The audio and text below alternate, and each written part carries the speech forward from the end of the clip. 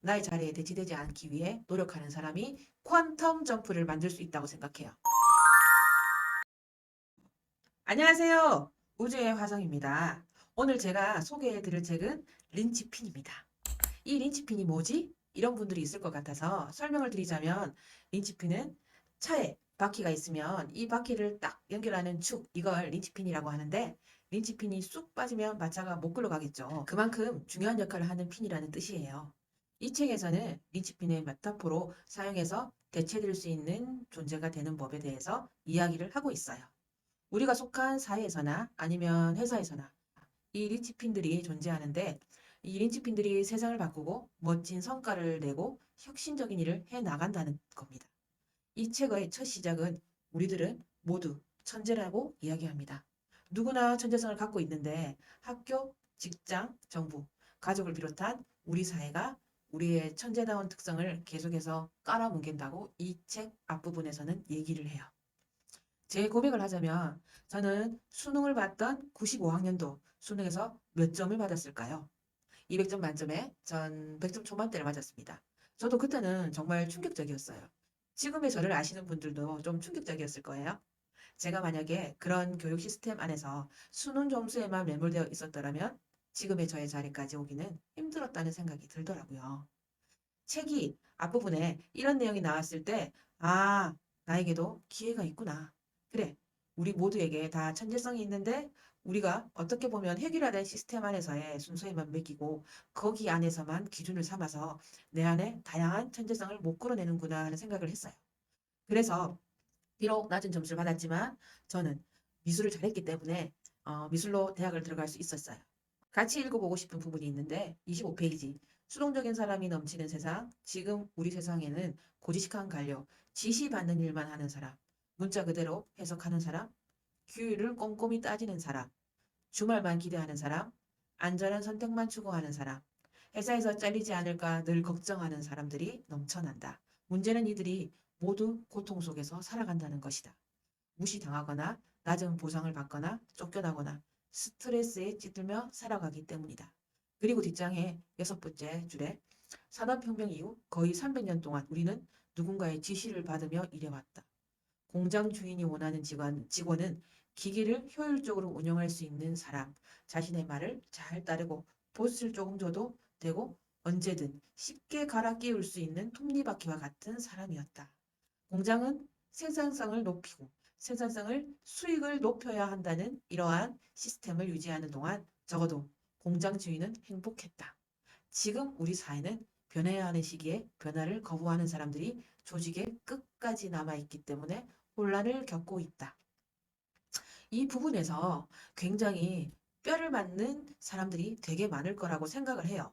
결국에는 우리가 필요한 사람은 톱니바퀴처럼 일하는 사람이 아니라 자신만의 생각을 가진 사람이 조직을 이끌어갈 수 있는 기획자, 사람들에게 미움받거나 기꺼이 그것을 감수해내는 혁신과 즉 린치핀이 돼야 된다는 건데 수동적인 사람이 넘치는 세상이라고 했잖아요. 남들에게 미안하지만 아직 우리에게는 기회가 있다라는 생각을 하게 됐어요. 왜냐하면 지금도 수동적인 사람이 너무나 넘쳐나는 세상이에요. 내가 적극적으로 변화하려고 하고, 내가 적극적으로 인집이 되려고 하고, 대체될 수 없는 존재가 되려고 노력하는 사람들, 그런 적극성을 가지고 있는 사람들이 살아나는 세상이라고 말하고 있거든요. 그래서 일을 시켜서 하는 것이 아니라 예술처럼 하는 것. 예술의 특징이 뭐냐면요.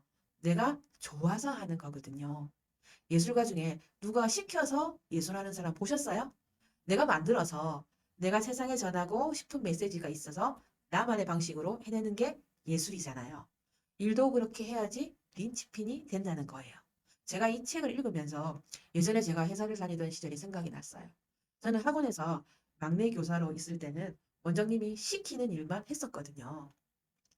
저한테 야근도 안 시켰어요. 요것만 해주면 돼. 이렇게 해가지고 정말 그것만 했거든요. 근데 그러다 보니까 제가 그 회사에 정말 작은 톱니바퀴로 일을 하게 되고 있더라고요. 그러다가 우연한 계기에 아는 언니가 학원을 원장 자격으로 제가 운영할 수 있게 도와줬어요.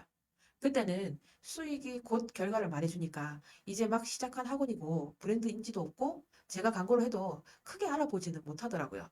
근데 만약에 등록을 하든 안 하든 나랑 무슨 상관이야. 그거는 진짜 원장 역할이고 원생이 뭐 때가 되면 오겠지. 이렇게 생각만 하고 있었다면 저는 지금 이 자리에는 없었을 것 같아요. 그래서 여기 또 뼈 때리는 얘기가 하나 나오는데 60페이지. 당신은 지금 꿈꾸는 직업이나 경력을 누릴 자격이 없다. 오랫동안 평범한 조직에서 평범하게 일하는 평범한 일꾼이 되기 위해 힘들게 배우고 노력했지만 이제 사회는 튀는 사람이 되라고 강요한다. 하지만 규칙이 바뀐 사실은 뒤늦게 깨우칠 것이다. 이제 성공하는 유일한 길은 남들보다 눈에 튀는 것이다. 남들 사이에서 회자되는 것이다. 그럼 사람들은 누군가에 대해 이야기할 때 무엇을 말할까? 아마도 제품의 기능이나 장점을 늘어놓듯 이야기하지 않을 것이다. 바이럴 마케팅 전략도 통하지 않는다. 한 개인에 대해 이야기를 할 때 우리는 그들이 누구인지 이야기하자고 무슨 일을 하는지 이야기한다. 저는 결국에는 이 말이 사람들 사이에 입에 오르내리는 퍼스널 브랜드가 되라는 것처럼 들렸었거든요. 그래서 저는 올해 정말 열심히 인스타를 통해서 내가 누구이고 무슨 일을 하고 그걸 어떻게 하는지를 알리고 눈에 띄려고 그렇게 노력 중입니다. 우리는 사실 그동안 정말 튀지 않고 조직에서 잘 스며들고 그렇게 하라고 교육받지 않았습니까? 회사에서 내가 내 이름이 안 나오는 게 최고인 거야. 사실 이것도 웃을 일은 아니에요. 나 스스로 톱니바퀴가 되는 길을 가려고 하는 거예요. 물론 그거에서 안정감을 느끼고 그렇게 좋아하는 사람들도 있겠지만 왜 나는 잘 안 될까? 나는 왜 기회가 안 주어질까? 이러고 있으면 안 된다는 거죠. 책에 또 나오는데요. 85페이지. 튀지 말고 수능하라는 가르침. 우리는 거대한 기계 속에 포함되어 대체될 수 있는 톱니바퀴가 되어야 한다고 배웠다. 우리는 소비를 통해 행복을 빨리 얻을 수 있다고 배웠다. 우리는 일이나 고객에 대해 깊이 신경 쓰지 말라고 배웠다. 우리는 자신을 끼워 맞춰야 한다고 배웠다. 그런 말 있잖아요. 모난 돌이 정 맞는다고. 튀지 마라. 근데 사실 그게 어떻게 보면 민치핀이 되지 못하게 하려는 말일 수도 있거든요. 저는 그래서 어떤 위치에 있든 내가 적극적으로 나의 자리에 대치되지 않기 위해 노력하는 사람이 퀀텀 점프를 만들 수 있다고 생각해요. 여기까지 1부 소개를 마칠게요. 2부에서는 다른 방향으로도 다루었으니 기대하셔도 좋습니다.